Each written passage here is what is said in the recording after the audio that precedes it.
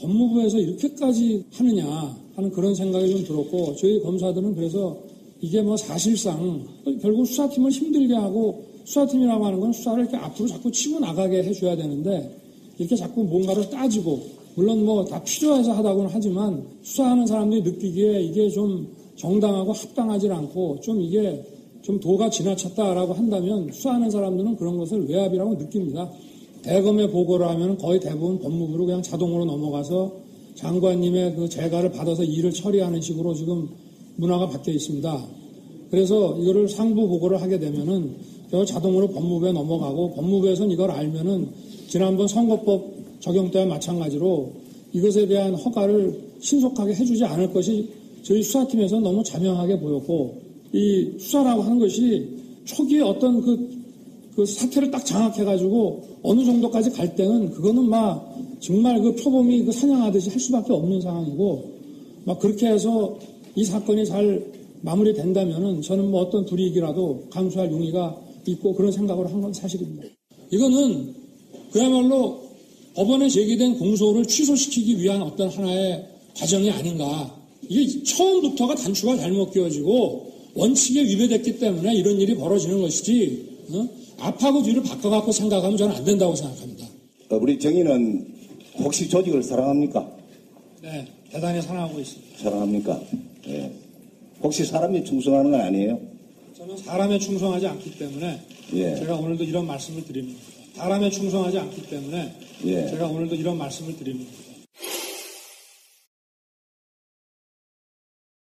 서울중앙지검장은 2005년 고검장급으로 격상된 이후 정치적 사건 수사에 있어 총장 임명권자의 눈치를 본다는 비판이 계속되어 온 점을 고려하여 종래와 같이 검사장급으로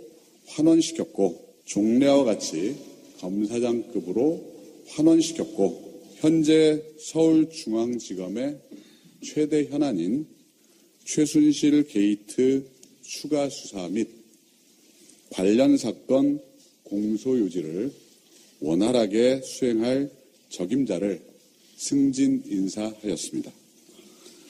법무부 검찰국장에는 검찰 안팎에서 업무 능력이 검증된 해당 기수의 우수 자원을 발탁하여 향후 검찰개혁이 안정적으로 이루어질 수 있도록 배치하였습니다. 이번 인사를 통해 검찰의 주요 현안 사건 수사 및 공소유지, 검찰개혁과제 이행에 한층 매진하고 최근 돈봉투 만찬 등으로 흐트러진 검찰 조직의 분위기를 쇄신할 것으로 기대합니다. 인사 내용을 말씀드리겠습니다. 승진 인사, 서울중앙지검 검사장 윤석열, 현 대전고검 검사. 전보 인사, 법무부 검찰국장 박균택, 현 대검찰청 형사부장. 부산고검 차장검사 이영렬, 현 서울중앙지검 검사장. 대구고검 차장검사 안태근, 현 법무부 검찰국장. 이상입니다. 윤석열 신임 서울중앙지검장은 검찰 내 손꼽히는 특수통입니다. 대검찰청 중수 1, 2과장을 거쳐 서울중앙지검 특수 1부장을 역임하는 등 탁월한 수사력과 추진력을 인정받았습니다. 하지만 지난 2013년 4월 국정원 대선 개입 의혹 특별수사팀장을 맡게 되면서 비운의 주인공이 됐습니다. 당시 국정원 직원에 대한 체포 절차를 상부 보고 없이 집행한 일로 조직 내부에서 마찰을 빚었고, 이후 국정감사에서 검찰 수뇌부의 외압이 심각하다고 폭로하며 항명파동의 주인공이 됐습니다. 수사하는 사람들이 느끼기에 이게 좀 정당하고 합당하지 않고 좀 이게 좀 도가 지나쳤다라고 한다면 수사하는 사람들은 그런 것을 외압이라고 느낍니다. 정직 1개월 징계를 받고 관련 수사에서 배제됐던 윤 지검장은 대구고검과 대전고검 등 지방으로 전보됐습니다. 그러나 지난해 국정농단을 수사하는 박영수 특별검사팀이 출범하면서 영입 1호로 부활의 신호탄을 쏘아 올렸습니다. 일부에서 말도 안 되는 소리겠지만은 뭐 보복에 대한 얘기를 좀 하고 있거든요. 검사가 수사권 가지고 보복하면 그게 깡패지, 그게 검사입니까? 이번엔 검찰 서열 2위로 평가받았던 서울중앙지검장으로 승진 임명되면서 그야말로 화려한 복귀를 하게 됐습니다. 함께 임명된 박균택 신임 법무부 검찰국장은 호남 출신으로 수사와 법무행정을 두루 경험한 베테랑 검사입니다.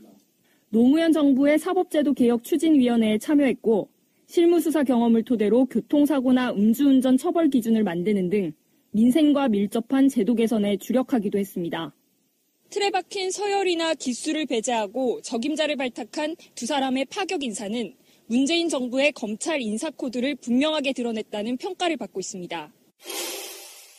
갑자기 이렇게 좀 너무 벅찬 직책을 맡게 돼가지고 깊이 고민을 좀 해보겠습니다. 어떻게 할지 최선을 다하겠습니다. 방송 중간에 좋아요를 눌러주시면 새날팀들에게 큰 힘이 됩니다. 미리 감사합니다.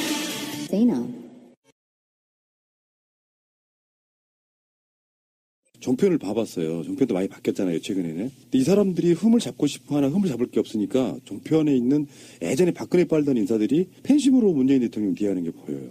저도 그런 거거든요. 뭐 우리는 이제 말은 언론이라고 얘기하고 있지만 언론이라는 느낌보다는 우리들이 지지하는 사람 그냥 잘 해주자 이런 게 훨씬 더 강한 스탠스 아닙니까? 근데 두 분 말씀하시는 게 그런 느낌이에요. 이야기를 좀 우리가 팬심으로 말고요. 좀 분석 좀 해주시죠. 그러니까 예전에 검찰 빅3 그러면 이제 대검 중수부장 지금은 없어졌죠. 대검 공안부장, 서울중앙지검장 그리고 지금 안태근이 속해 있던 법무부 검찰국장 이렇게 불렀다라고 해요. 우병우의 인맥이 얼마큼 요직에 박혀 있었는지 상징적으로 보여준 인사가 안태근인데 어찌됐건 이 사람들 이영렬 중앙지검장하고 안태근은 좌천시키고 지금 기수 파괴 문제가 약간의 논란이 있다고 해요. 그러니까 윤석열 지검장이 올라서면서 그 밑에 있는 다른 주요 조직들이 선배인 경우라면 굉장히 많은 검사들이 짐을 싸야 되는 이런 상황도 지금 생긴 거죠. 아유, 갈 분들은 가시는 게 맞죠. 뭐 그거 지금 그것 때문에 대통령도 구속돼서 조기 대선 치르고 정말 적폐청산하고 대한민국의 정의를 바로 세우겠다는 이 마당에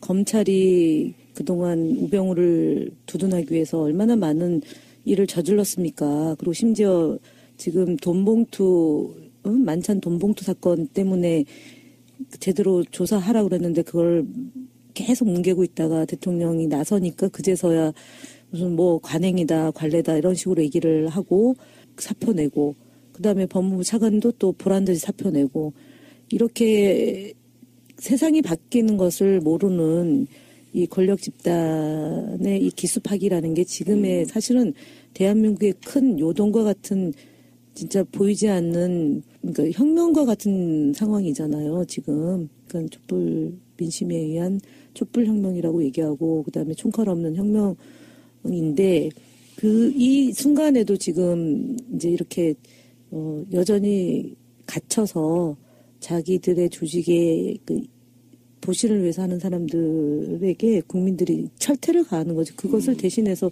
대통령이 권한을 행사한 거니까. 저는 일단 그 부분에 일정 부분 동의하고 일정 부분 조금 이렇게 코멘트를 달고 싶은 부분이 있어요. 어떻게 보면 우리가 이 세상 또는 검찰을 바라보는 틀 자체가 너무 우리가 낡은 사고가 있는 것이 아니냐, 우리 스스로. 가령 윤석열 검사가 고검장급으로 그 사이에는 올라갔었던 자리를 검사장급으로 낮추면서 서울지검장이 됐다. 중앙지검장이 됐다. 그리고 그렇기 때문에 서울중앙지검장이 된 윤석열의 아래에 그 선배 하나 기수가 있기 때문에 그 기수들은 다 나가야 되는 것이 아니냐. 그럴 수도 있고요. 근데 저는 역으로 이렇게 질문을 해봅니다. 왜 꼭 그래야 되죠? 예를 들어 23기가 저 중앙지검장을 하면 22기는 그 밑에 있으면 다 나가야 됩니까? 역으로 그것은 지금 윤석열이 그 자리에 필요하기 때문에 쓴 거라고 보면 적재적소냐 아니냐의 문제로 전 접근하는 것이 좋다고 보고요. 이것을 만약에 그런 기수 프레임으로 간다면 이건 마치 인위적으로 세대교체를 하기 위한 것이다라는 반발을 조장하기 위한 저는 또 하나의 프레임이라고 저는 봅니다. 네. 그래서 아니 그렇다면 임종석 비서실장의 전병헌 정무수석이 8년 위인데 그러면 전병헌 정무수석은 바보입니까? 그리고 만약에 임종석 비서실장이 전병헌 정무수석이 만약에 먼저 임명됐다고 했을 때 임종석 비서실장을 임명하면 전병헌 정무수석은 나가야 됩니까? 전혀 그렇지 않죠. 필요에 따라 하는 거죠. 그리고 임종석 비서실장이 있는데 8년 위이고 거칠 걸 다 거친 전병헌 정무수석은 왜 들어갔겠습니까? 그리고 대통령은 왜 그를 정무수석에 임명했겠습니까? 필요에 따라서 역할을 주는 거거든요. 그런 사고 자체가 저는 낡은 프레임이라고 생각하고 그래서 첫째, 지금 서울중앙지검장의 윤석열을 임명한 건 필요했기 때문이다. 둘째, 그렇다고 해서 위기소 다 나가라고 한 바가 없다. 나가고 싶으면 나가는 것인데 그렇게 한 바가 없다.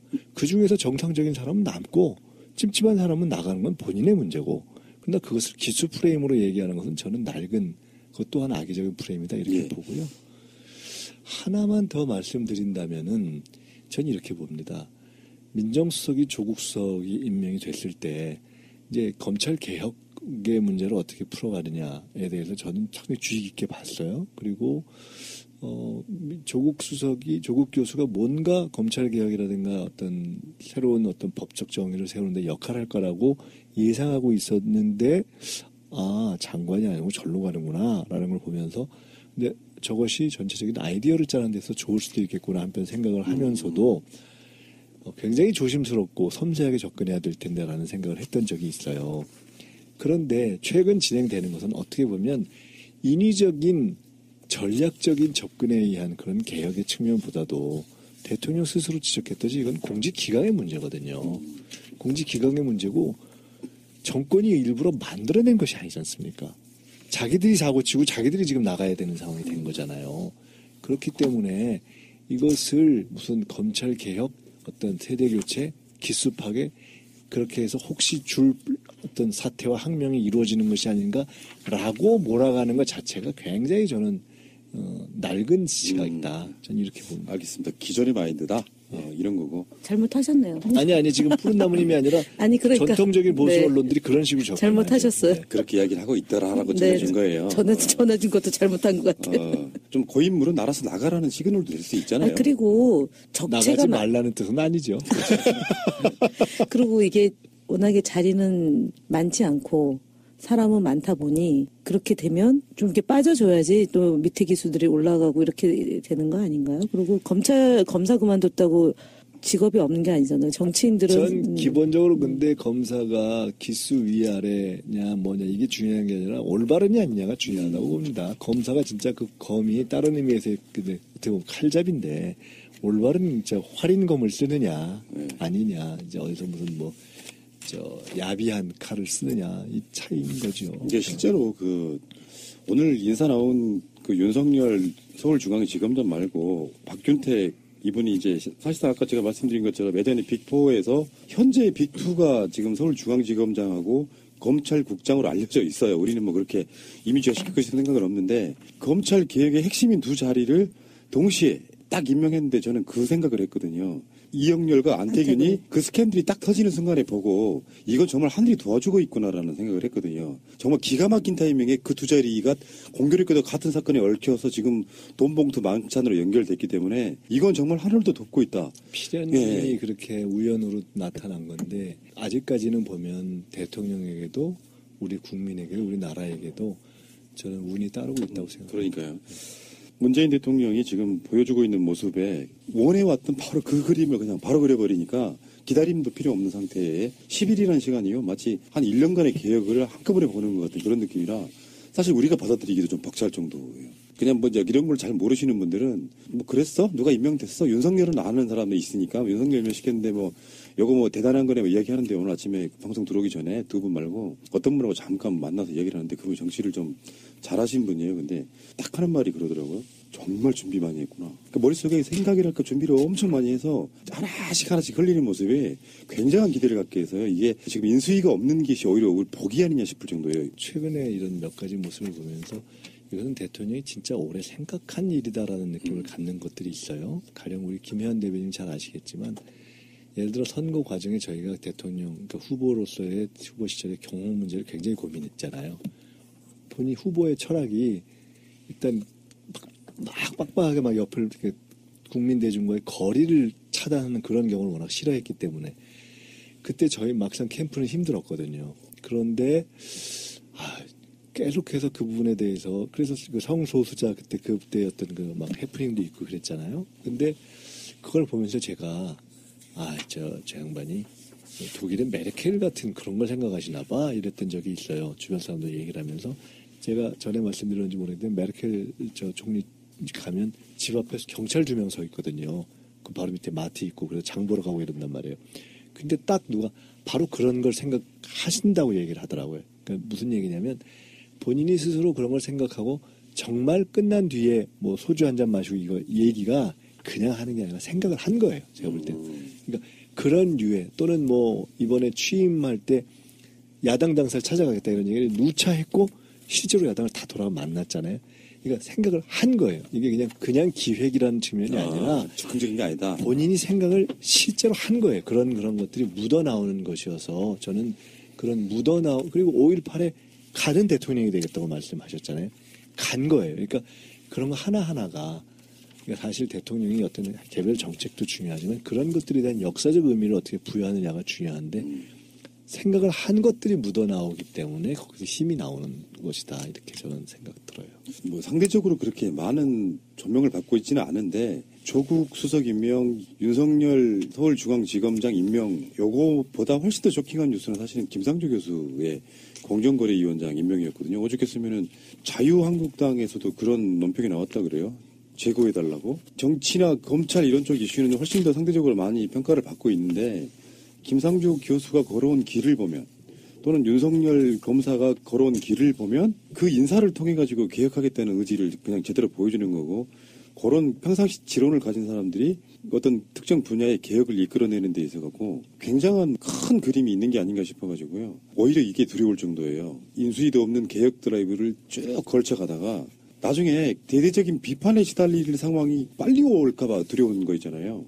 그냥 파라다이스를 향해 가고 있는 그런 느낌이거든요. 거기에 대해서 2가지만 코멘트 하겠습니다. 김상조 이제 공정거래위원장 임명이 갖는 그 어떤 임팩트를 말씀하셨는데 사실은 그 못지않게 흥미로웠던 것이 보훈처장 피우진 보훈처장입니다. 굉장히 의미가 있는데 여기서 제가 한 가지 지적하고 싶은 아주 재밌는 건데요. 저는 아마 1% 이상 이 피우진 보훈처장의 임명에 저 굉장히 잘 됐다고 보고요. 그래서 5.18에 더구나 이러한 스토리를 가진 여성 보훈처장이 탄생은 굉장히 전 아주 쾌거였다고 생각하고 거기에 민주당의 당직 인사가 전 1% 이상 영향을 미쳤다고 봅니다. 50% 이상 여성 당직을 쫙 해버렸잖아요. 아하. 저는 그것이 음으로든 양으로든 앞으로 이 정부나 이 정권의 인사에 전 영향을 미치는 압박이 딱 돼버렸다고 봅니다. 그래서 앞으로 여성으로서 뭐 할 분들은 이번 당직 인사에 저는 사실은 어떻게 보면은 덕을 입는 바가 있다고 봐요. 굉장히 한 큐에 그냥 끝낸 거거든요.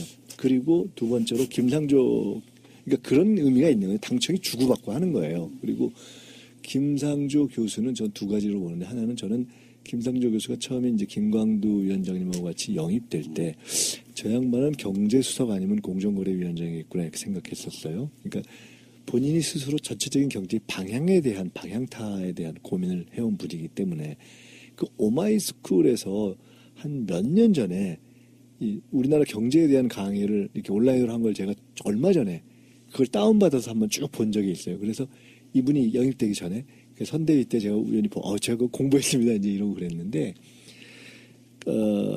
그런 어떤 개혁이라는 점이 하나 있고 근데 또 하나 더 중요한 건 이게 그냥 개혁이 아니라 우리나라에 진보적 경제학자들이 많이 있는데 예를 들어 뭐 장하준, 장하성, 뭐 김상조, 유종일, 뭐 정태인 쫙 있잖아요. 다 조금씩 차이가 있습니다. 근데 그 중에 그러면 이 김상조 교수의 성향과 현재 입장은 뭐냐? 일관되게 첫째는 실천을 해왔다는 거고요. 그러니까 실제로 그냥 강단이 아니라 사회운동을 해왔다는 것이고요. 두 번째는 재벌 문제에 집중해왔다는 것이고 세 번째는 그 문제에 집중을 하고 현실을 해오면서 맨 마지막 현 시점에서는 상당히 본인의 표현이면 합리적 개혁주의, 아주 현실적 개혁주의자로 바뀌어 있다는 거예요. 굉장히 중요한 겁니다. 그러니까 일반적인 예를 들어 지분 구조로서가 아니라 거래 질서를 확실하게 잡는 것, 그 다음에 4대 재벌에 집중하면서 전체 재벌의 시그널을 보여야 한다라는 것. 그다음에 공정거래위가 혼자 움직이는 것이 아니라 워낙 일이 많기 때문에 지방자치단체하고 협력해야 된다는 것. 저는 몇 가지 이렇게 포인트들이 있는데 이거 상당히 현실의 문제를 오래 고민한 것이 묻어나오는 입장들이에요. 그래서 저는 김상조 이제 공정거래위원장이 아마 이 또한 일반 보수 언론에서 생각하거나 재벌들이 생각하는 것보다는 훨씬 더 아마 저는 그것보다는 그러니까 현실에 부딪히면 훨씬 어렵겠지만 그것보다는 정교한 칼을 휘두를 가능성이 높다고 저는 보고 있습니다. 시민사회 쪽의 평가는 김상조 교수는 우리 쪽 학자들 중에는 굉장히 합리적인 분이라는 게 평인데 내지는 보수가 됐다고 보죠. 오히려. 네. 근데 그쪽 사람들이 보기에는 굉장히 무서운 지금 한참 10일도 안 되는 인사에 제거해달라고 말할 정도 특정 인사를 가리켜가지고 재벌 저격수 이렇게 돼 있으니까요. 그러니까 이런 것 같아요. 제가 이제 정치를 할 때 2번의 이제 경험을 하거든요. 좀 다른 얘기긴 하지만 국정원 여직원 강금색 사건 때 국정조사위원으로 내정됐다가 새누리당에서 찍었어요. 빼라. 그래가지고 빠진 적이 있어요. 그 다음에 국정원 제도개혁 특위가 구성이 됐는데 그때 새누리당 원내대표가 김무성 원내대표였나? 그러니까 최경환 원내대표였나? 근데 어쨌든 이분들이 빼라. 안 그러면 원활한 운영을 협조할 수 없다. 그래가지고 결국 빠졌거든요. 얼마나 두려운 존재인지를 상징적으로 표현하는 것 같아요. 그렇죠. 그런데 절대로 이제 그럴 일이 없겠죠. 빠지거나 이럴 일이 없을 거고. 두 번째는 후보가 2012년도에 이제 후보 대선에 떨어지고 2013년 후반기부터 각 영역의 이제 전문가들과 공부를 쭉 하셨죠. 그때 이제 했던 분이 이 김상조 교수님이셔요. 그리고 그때 정치인들과 함께 이렇게 논의하면서 강단에서 공부했던 내용과 학생들이 가르쳤던 내용과 실제로 이제 현실에서 어떻게 되는지를 매우 이렇게 현실 맞춰가면서 이렇게 정책을 그러니까 현실 감각이 상당히 있는 분이라고 봐요. 그래서 우려하거나 걱정할 필요도 없다. 재벌이나 기업에서. 아니지 그렇지 네. 않죠. 아니 진짜 두려워해야지. 그러니까요. 그런데 그러니까 굉장히 아주 유연하게 현실적으로 지혜롭게 네. 아주 현실적으로 접근할 가능성이 높다고 봅니다. 그게 더 무서운 거죠, 사실은? 그게 진짜 칼인 거죠. 그렇죠. 뭐 아까 말씀하신 게 흔히 말해서 급진적으로 하게 되면 반발을 사서 결국에는 그렇죠. 논란으로 끝나버릴 수 있고 선거 전에 그 문재인 대통령이 후보 시절에 김상조 교수를 찾아가 삼고 처리해가지고 자기 경제 철학을 얘기하시면서 왜 그 낙지 효과론 같은 거 설명하시면서 그런 시대 끝났다. 김상조 교수 당신의 힘이 필요합니다라고 이렇게 모셨는데 평상시 김상조 교수 공정거래위원장이 갖고 있던 생각을 먼저 후보가 그것도 말하니까 거기에 감동받아가지고 처음으로 선거 캠프라는 데를 들어온 거래요. 그게 그러니까 그런 비화도 있는 것이고요. 자, 좀 시간 얼마 남지 않아서 몇 가지만 언급하고 뭐 중요한 이야기 몇 가지만 여쭤볼게요. 오늘 방송하는 오늘 5당 원내대표와의 오찬이 있었는데요. 그 내용들은 지금 방송 중이라서 정확히는 알지 못하지만 일단 중요한 것은 원내 교섭단체가 아닌 정의당까지 포함이 된 그런 오찬이어서 더 의미가 깊었던 것 같고요. 이런 거는 언론들은 참 이름 붙이기 좋아해요. 원탁회의를 했기 때문에 서로 간의 어떤 그 격이 없는 상하관계 의전에 얽매이지 않았다 이렇게 분석도 하고 있고요. 다음에 이제 여기서 이제 하나만 더 언급해보고 싶은 게 연병원 정무수석 그분이 했던 말이 국정관계란 말을 꺼내놓으면서 언론들이 막 교차를 시키더라고요. 국회와 청와대의 관계.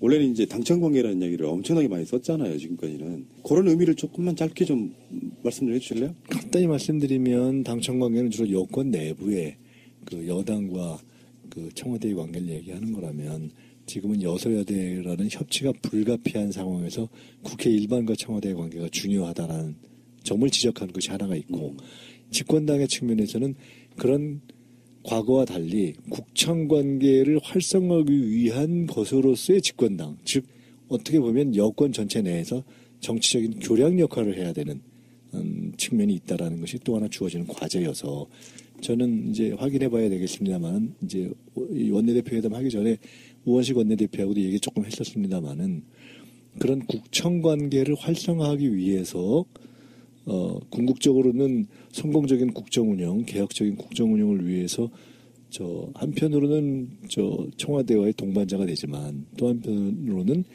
효율적인 국정관계를 위해서 적절한 교량 역할을 하는 것이 이제 집권당 원내대표의 역할이 될 거고요.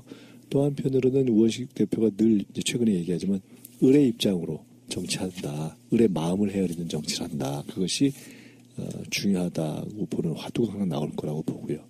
단순하게 어떤 을의 마음일 뿐만 아니라 우리 사회 전반에서의 어떤 갑 문화를 극복하기 위한 어젠다가 있을 거라고 보고, 또 5.18 때 이제 그런 얘기가 나왔지만 5.18 민주정신을 회복하는 것으로서의 어떤 국회가 돼야 된다.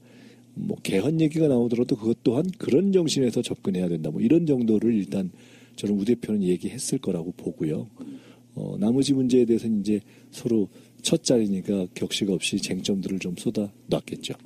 그 이야기는 넘어가고요. 뭐 이런 이야기는 정편에서도 분석을 잘 해주더만 요즘에는 김현 의원, 그러니까 대변인 같은 분들이 딱 하셔가지고 정편 들으시기 바랍니다. 이 부분은 여론조사 이야기만 잠깐만 하겠습니다. 우리가 선거 전에는 여론조사 이야기를 무지하게 많이 했는데 문재인 대통령에 대해서 취임 일주일 차에 나온 여론조사 중에 역대 최고치가 나왔습니다. 이거 굉장히 의미가 큰 것 같아요. 문 대통령 잘할 것, 이 잘할 것이란 말의 의미 속에는 잘한다도 꽤 많이 포함되어 있고 잘하는 걸 보니까 앞으로도 잘할 것이다 이게 포함되어 있다고 보거든요. 단순하게 잘할 것이 기대치가 아니고 현상을 보고 나서 앞으로의 전망까지 섞인 거라서 87%면 사실상 거의 뭐 공산주의 국가 비판할 때 우리가 쓰는 그런 용어 아닙니까? 아니죠. 이거는 그게 아니고. 아니 90% 그러면 왜 그런 표현 쓰잖아요. 지난번에 탄핵 찬성 그렇죠. 할 때 그다음에 박근혜 대통령을 지지하느냐가 5%였잖아요. 그 여론하고 흡사한 거 아닙니까? 저는 이제 이렇게 봅니다. 대선 전까지는 민주당 잘한다, 문재인 잘한다가 아니라 민주당 잘해라, 문재인 잘해라 때문에 이긴 측면이 많다고 제가 누차 말씀드렸어요. 근데 최근의 지지율은 저는 그와 조금 다르다고 봅니다. 해보니 열흘 동안 문재인 잘한다고 보는 거예요. 그리고 그러니까 더 잘해라라고 보는 것이 하나가 있고, 또 하나는 절대로 어떤 정권이건 전 세계 어떤 정권도 90%대를 유지하지 못합니다. 그리고 반드시 문제가 발생합니다. 생각지 못한 문제가 발생하죠. 그래서 출렁거릴 때가 있습니다. 근데 중요한 것은 이 최근 열흘간의 행보를 통해서 적어도 국민들이 대통령의 진심은 확인했다고 봅니다. 그렇죠. 그렇기 때문에 저는 앞으로 몇 번의 사건도 있을 수 있고, 뭐 청문회에서 전혀 100번의 검증을 했지만 예상하지 못했던 누군가의 흠이 나올 수도 있어요. 그러나 그것이 결정적으로 정권을 허리를 꺾는 것으로서가 아니라 그럴 때 그 위기를 돌파시켜 줄 수 있는 저는 정치적 자산을 이 열흘 동안 어느 정도 쌓았다고 봅니다.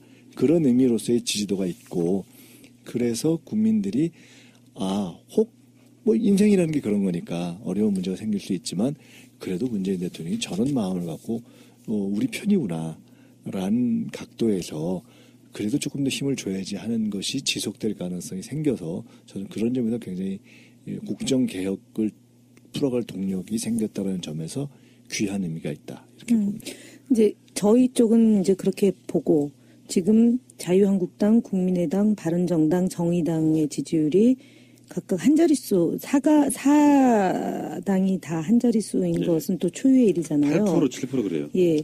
근데 이제 지금 자유한국당 내부에서 이제 쏟아지는 이 막말과 독설과 망언이 정치권에서 저는 정말 진짜 듣도 보지 못했던 단어들과 용어가 구사가 되잖아요. 예. 그래서 지난번에 이제 대선 막바지에 극우 집단에 대한 그러니까 전망을 그때 당시 이해찬 총리가 하셨는데 그 전망이 너무 빨리 그 현실로 드러나는 것이 아니냐는 게 이번 여론조사의 결과치다. 그러니까 보수 집단이 자기 반성과 성찰을 통해서 거듭나는 게 아니고, 그러니까 집권 여당일 때 막말과 망언을 해도 국민들이 대충 이해해주고 언론에서 옹호해주던 그 시절에서 벗어나지 못하고 여전히 그 미몽 속에 헤매고 있다는 게 이번 결과고, 이제 저희가 잘해야 되는 건 물론 맞고, 그러나 어쨌든 또 다른 축인 이 보수 정당들의 이런 행태가 정말 국민들이 준엄하게 꾸짖어서 정신을 좀 차리게 해야 되지 않나 심히 걱정입니다. 저는 좀 서울 부고요. 그 선거 막판에 그런 말씀 드렸던 게 기억이 나는데, 저는 홍준표 방식으로 보수가 부활할 가능성은 없다고 봅니다. 그렇기 때문에 그때 저는 정말 보수를 살리고 싶으면 진정한 보수는 품격과 자존심을 지키기 위해서 지지 철회를 하는 것이 맞다고 생각했는데, 저게 일종의 이제 그런 방식으로 계속 가는 거거든요. 저런 방식으로 보수가 살아날 가능성은 전 제로라고 봅니다. 저희들도 선거 끝나고 나서 뭐 여러 가지 예측들을 했습니다만 지금 뭐 이게 어떤 정답이라고 생각되지는 않습니다만 워낙 문재인 대통령이 잘하고 있으니까 기대치가 섞이는 것이겠지만 지금 호남에서의 국민의당 지지율이 그러니까 한 자릿수예요. 어떤 후보가 당선된 정당이 득세를 하고 다른 후보를 낸 정당이 뭐 망한다 이런 차원이 아니라 호남 분들이 아예 국민의당 만약에 지지율을 접어버리고 이 추세가 만약에 6개월, 1년 가면은 내년 지방선거에까지 영향을 끼칠 것 같고요. 그래서 하고 싶지 않아도 대통령 하나가 잘해버리면 인위적인 정계 개편이 그냥 자연스럽게 국민에 의해서 이루어져 버리면 그런 상태가 될 수도 있다는 생각을 좀 해봤고요. 인위적이라기보다는 하여간 자연스러운 정치적 변화가 되겠죠. 그러니까 이번 5.18 기념식에서 저는 참 정말 어떤 의미에서 보면은 호남과 또는 민주 세력이 듣고 싶어 했던 이야기가 사실 대통령의 입을 통해서 연설을 통해서 다 나온 거 아닌가. 그날 굉장히 저도 많이 울었던 사람 중에 하나고 많은 사람들이 들으면서 그냥 울었잖아요. 굉장히 많은 국민이 그랬을 거고 특히 호남에서는 그런 분들이 많았을 텐데 회원 상생이라는 느낌이 들더라고요. 그러니까 씻겨지는 그런 거죠. 그래서 굉장히 중요한 이제 호남과 5.18은 이번에 대통령의 연설을 통해서 자부심으로 우뚝 선 겁니다. 예. 알겠습니다. 시간 관계상 더 이야기 듣고 싶은데 두 분이 당직 맡았다 그러니까 아이고 이제 방송하기 힘들겠구나 더 그런 정도로 그렇게 깊은 일만은 아니라는 말씀도 드리겠습니다. 한 2시간쯤 하고 1시간짜리로 압축시키면 되는데 바빠 늘. 예. 근데 한 40분이 좋지 않아요? 압축시키는. 종편인데 너무 길들여지셔서 그래. 알겠습니다. 다음 주에 어떤 소식으로 이야기할 수 있을지 저는 기대가 되고요. 다음 주에 뵙겠습니다. 고맙습니다. 네, 감사합니다. 문재인 대통령과 5당 원내대표의 청와대 회동은 대통령 취임 9일 만에 성사됐습니다. 현안이 있든 없든 그냥 정례적으로 늘 만나는 그런 모습 자체가 국민들에게 희망을 주지 않을까 그렇게 생각합니다. 하여튼 그런 점에서 우리 원내대표님들 잘 부탁드립니다. 네. 정해진 주제 없이 개헌과 협치 방안, 일자리 문제 등을 놓고 긴 시간 논의를 주고받았습니다. 문 대통령은 대선 공약대로 내년 6월 지방선거 때 개헌을 추진하겠다는 확고한 의지를 밝혔습니다. 정치권의 개헌 논의 과정에 국민의 의견을 충실히 수렴하여 반영하고 선거제도 개편도 함께 논의하는 것이 바람직하다는 의견을 제시하였다. 문 대통령은 여야정 국정상설협의체 설치를 제안하고 민감한 외교 안보 정보도 야당에게 설명하고 공유하겠다고 말했습니다. 다만 고고도 미사일 방어체계 사드 배치와 관련한 명확한 입장을 밝혀달라는 야당의 요구에는 한미 한중 정상회담 등을 고려해 신중하게 접근하겠다는 방침을 밝혔습니다. 문 대통령은 특히 일자리 추경안 처리와 관련해 정부에서 충분한 설명을 하도록 하겠다며 각별한 협조를 요청했습니다. 야당은 반대만 하고 발목만 잡는 야당은 되지 않겠다면서 문 대통령의 일방적 업무 지시는 최소화해달라는 의견을 전달했습니다. 대통령께서 그 지시에 의해서 내린 것은 저희들이 잘 알고 있습니다만은 정치권에서도 협조를 해달라 협치 차원에서 언급이라도 계셨으면. 문 대통령과 5당 원내대표는 언론, 검찰, 국정원 개혁과 복지 문제 등 공통 대선 공약을 우선 추진하자는 데 공감하고 구체적인 논의에 착수하기로 했습니다. 법무부에서 이렇게까지 하느냐 하는 그런 생각이 좀 들었고 저희 검사들은 그래서 이게 뭐 사실상 결국 수사팀을 힘들게 하고 수사팀이라고 하는 건 수사를 이렇게 앞으로 자꾸 치고 나가게 해줘야 되는데 이렇게 자꾸 뭔가를 따지고 물론 뭐 다 필요해서 하다고는 하지만 수사하는 사람들이 느끼기에 이게 좀 정당하고 합당하지 않고 좀 이게 좀 도가 지나쳤다라고 한다면 수사하는 사람들은 그런 것을 외압이라고 느낍니다. 대검에 보고를 하면 거의 대부분 법무부로 그냥 자동으로 넘어가서 장관님의 그 재가를 받아서 일을 처리하는 식으로 지금 문화가 바뀌어 있습니다.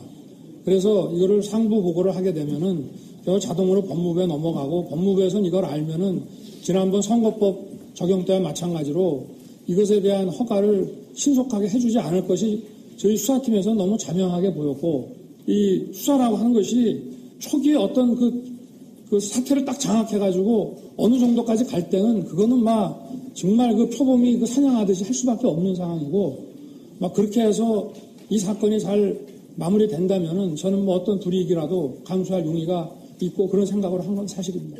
이거는 그야말로 법원에 제기된 공소를 취소시키기 위한 어떤 하나의 과정이 아닌가. 이게 처음부터가 단추가 잘못 끼워지고 원칙에 위배됐기 때문에 이런 일이 벌어지는 것이지 앞하고 뒤를 바꿔갖고 생각하면 저는 안 된다고 생각합니다.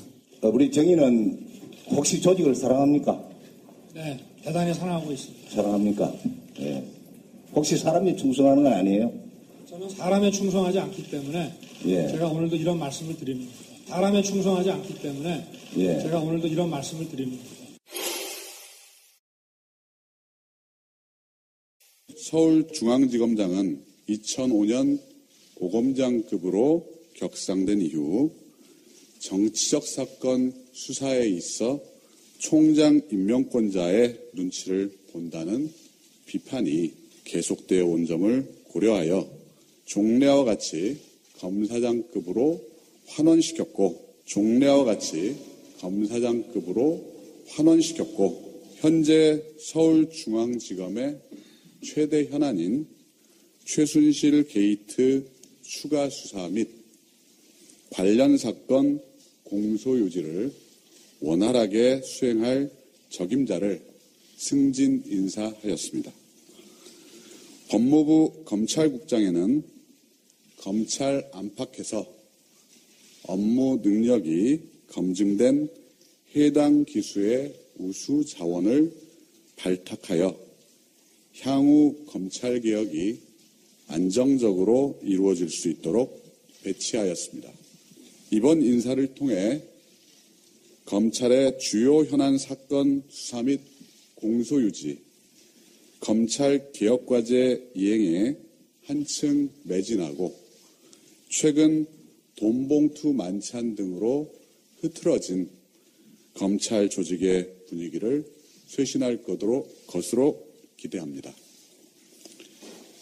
인사 내용을 말씀드리겠습니다. 승진 인사, 서울중앙지검 검사장 윤석열, 현 대전고검 검사.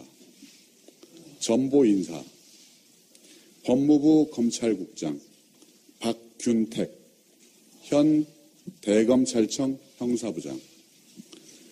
부산고검 차장검사 이영렬, 현 서울중앙지검 검사장.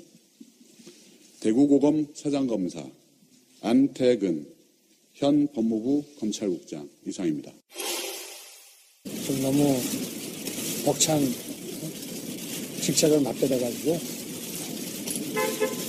깊이 고민을 좀 해보겠습니다. 어떻게 할지 최선을 다하겠습니다. 방송 중간에 좋아요를 눌러주시면 새날팀들에게 큰 힘이 됩니다. 미리 감사합니다.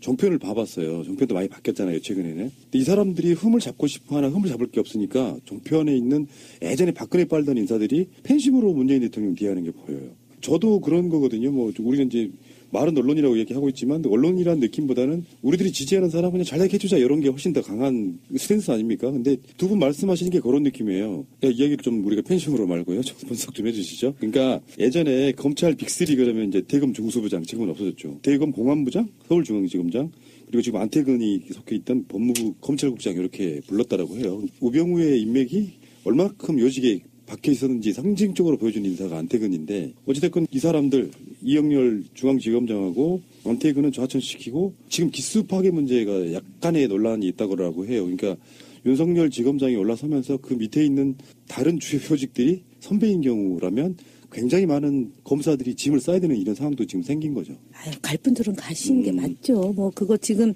그것 때문에 대통령도 구속돼서 조기 대선 치르고 정말 적폐청산하고 대한민국의 정의를 바로 세우겠다는 이 마당에 검찰이 그동안 우병우를 두둔하기 위해서 얼마나 많은 일을 저질렀습니까? 그리고 심지어 지금 돈봉투, 만찬 돈봉투 사건 때문에 제대로 조사하라고 그랬는데 그걸 계속 뭉개고 있다가 대통령이 나서니까 그제서야 무슨 뭐 관행이다, 관례다 이런 식으로 얘기를 하고 사표 내고 그다음에 법무부 차관도 또 윤석열 신임 서울중앙지검장은 검찰 내 손꼽히는 특수통입니다. 대검찰청 중수 1, 2과장을 거쳐 서울중앙지검 특수 1부장을 역임하는 등 탁월한 수사력과 추진력을 인정받았습니다. 하지만 지난 2013년 4월 국정원 대선 개입 의혹 특별수사팀장을 맡게 되면서 비운의 주인공이 됐습니다. 당시 국정원 직원에 대한 체포 절차를 상부 보고 없이 집행한 일로 조직 내부에서 마찰을 빚었고 이후 국정감사에서 검찰 수뇌부의 외압이 심각하다고 폭로하며 항명파동의 주인공이 됐습니다. 수사하는 사람들이 느끼기에 이게 좀 정당하고 합당하지 않고 좀 이게 좀 도가 지나쳤다라고 한다면 수사하는 사람들은 그런 것을 외압이라고 느낍니다. 정직 1개월 징계를 받고 관련 수사에서 배제됐던 윤 지검장은 대구고검과 대전고검 등 지방으로 전보됐습니다.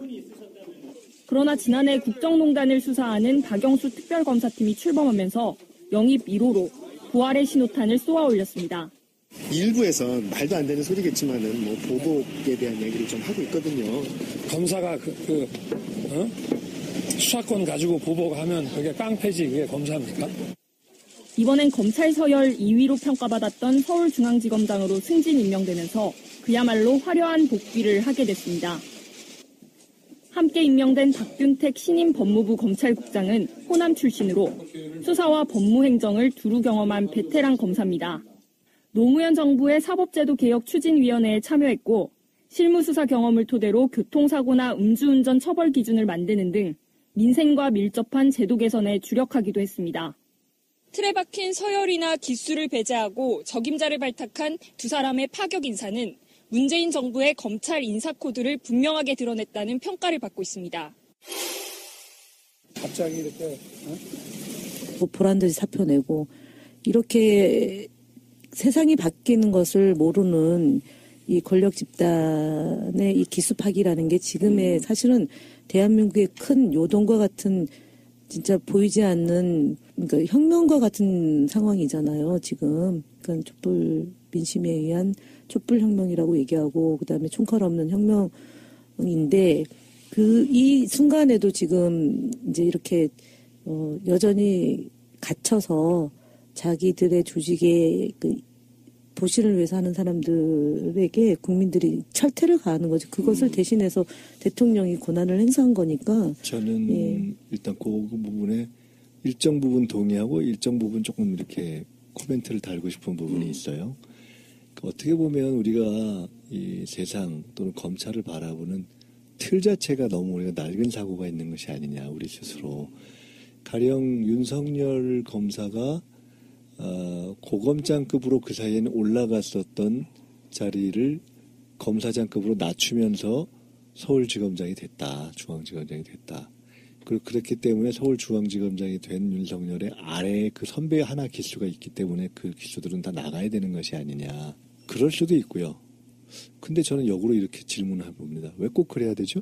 예를 들어 23기가 저 중앙지검장을 하면 22기는 그 밑에 있으면 다 나가야 됩니까? 역으로 그것은 지금 윤석열이 그 자리에 필요하기 때문에 쓴 거라고 보면 적재적소냐 아니냐의 문제로 전 접근하는 것이 좋다고 보고요. 이것을 만약에 그런 기수 프레임으로 간다면 이건 마치 인위적으로 세대교체를 하기 위한 것이다라는 반발을 조장하기 위한 저는 또 하나의 프레임이라고 저는 봅니다. 네. 그래서 그렇다면 임종석 비서실장의 전병헌 정무수석이 8년 위인데